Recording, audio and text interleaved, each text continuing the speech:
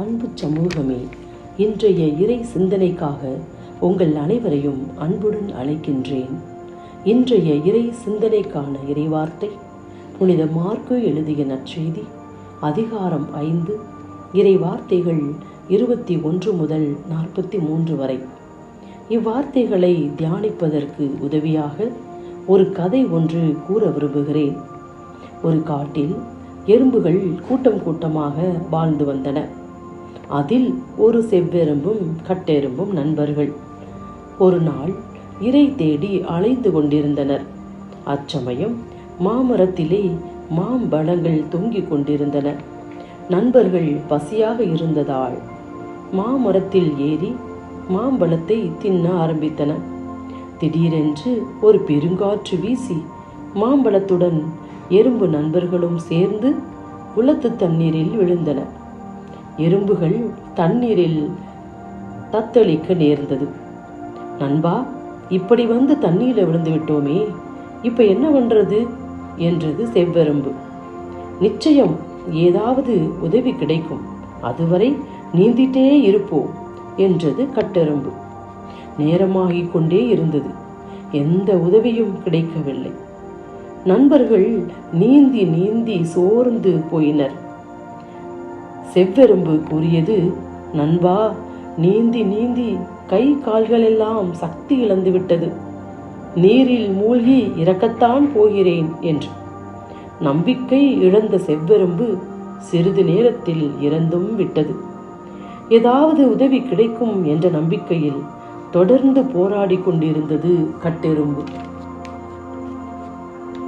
அந்த வழியே போன எறும்பு கூட்டம் இதை கண்டு, இந்த குளத்துல வந்து மாட்டிக்கிட்ட யாருமே உயிர் பிழைச்சதே இல்லை என்றனர். அத்துடன் இருந்த நம்பிக்கையை முற்றிலும் இழந்தது கட்டெறும்பு. சிறிது நேரத்தில் நீரில் மூழ்கி இறந்து விட்டது. மேல் உலகம் சென்ற கட்டெறும்பு கடவுளிடம் கேட்டது, கடவுளே, ஏன் என் உயிரை இவ்வளவு விரைவில் எடுத்துட்டீங்க? கடவுள் கூறினார், நான் உன்னை சாகடிக்கல, நீயாதான் இறந்துட்ட. இன்னும் கொஞ்ச நேரம் நம்பிக்கை வச்சிருந்தனா உன்னை வந்து காப்பாற்றி இருப்பேன்.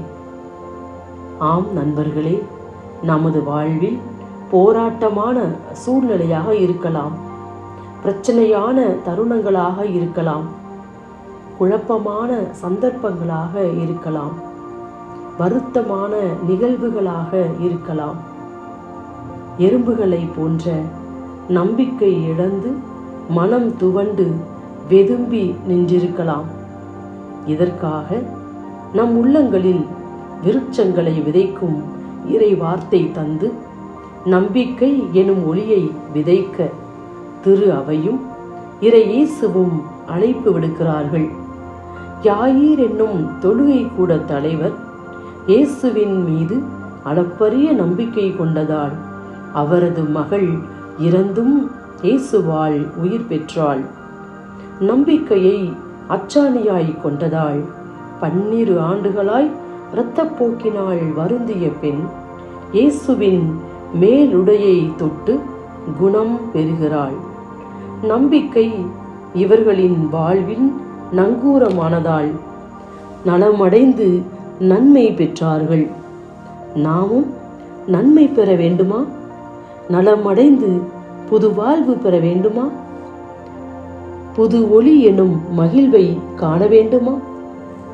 குழப்பங்கள் தெளிவாகி மனச்சுமை தீர வேண்டுமா? துன்பங்கள் நீங்கி இன்பங்கள் பொங்க வேண்டுமா? அமர்வோம் தினமும் இயேசுவின் பாதத்தில். ஊன்றுவோம் நம் நங்கூரத்தை அவரது காலடியில். நலம் நம் நனவாகும், மகிழ்வு நம் வசமாகும். நன்றி.